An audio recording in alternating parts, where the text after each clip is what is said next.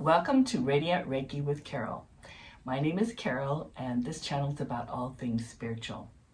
Today we're going to be talking about our divine light. This week my guides told me I usually do automatic writing where I write down, I ask my guides to come in and tell me what they want me to do the video about each week. These are not out of my head. These are out of the divine's head, or which is part of me, but still. Anyway, what I wrote down this week was that they wanted me to talk about how each one of us has the divine within us. It's not just all up there. We each are down here on earth doing a purpose and doing our work. And so each one of us has the divine, no matter what kind of work we're doing.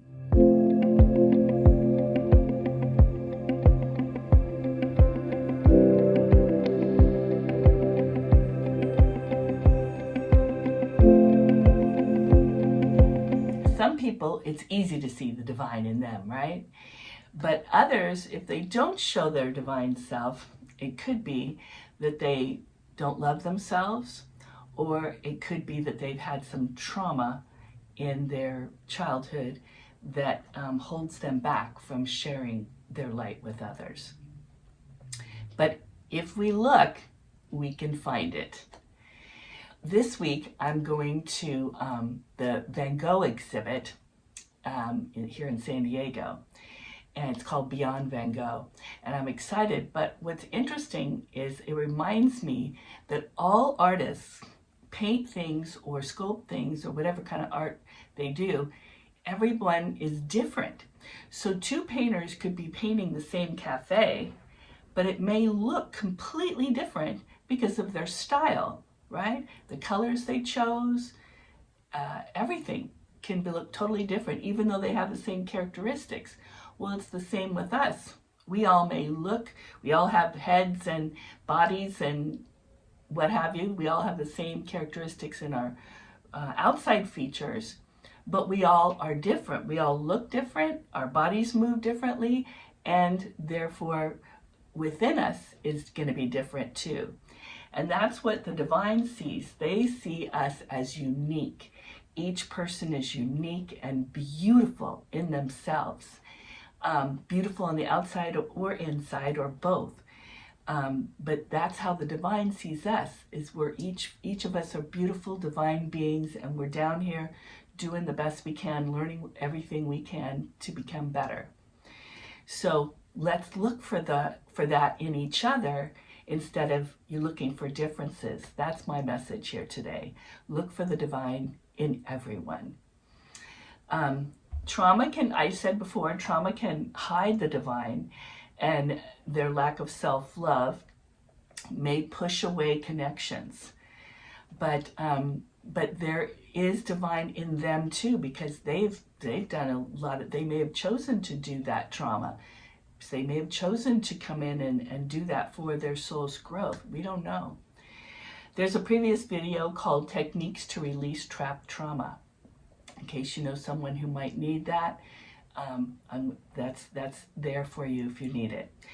Spiritual people like myself believe that we chose our parents prior to birth. Now, we might have done this for a number of reasons. Number one, we could have done it because maybe we needed to learn a specific skill set to do our purpose that we have here on earth. Or maybe we did it to learn things for our soul's growth.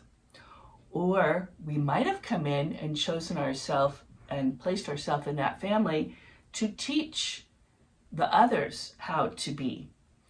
Or it could be a little both. They could be teaching, we can be teaching, we could be both. And they're called our soul group that we've come in with. So sometimes those soul groups might have been difficult if they've had trauma in their childhood. But again, we may have chosen that so that we could grow spiritually. So the important thing is we want to grow. We don't want to stay right where we were with that trauma. People have different values And if people have different values from yourself, it could be that their trauma could be holding them back, and we don't want that. We want to be able, even if you've had trauma, we want you to be able to release it and move forward, right? You don't have to hang out with these people that you don't agree with, but it would be good if you could acknowledge their divine within them, that they're doing their work, you're doing your work. You don't have to do it together. You can be separate, but that, they have the divine as well. So it's better to look for the similarities within us than the differences, in my opinion. There's a man who's a pastor, Pastor Trenton, at the First Spiritualist Church down on 42nd Street in San Diego. And he says, if someone disappoints you in your life and you don't really want to hang out with them because they don't show their divine selves, then send them love. Put them in a bubble of love and just send it to them over there. Keep them in that bubble of love over there, right?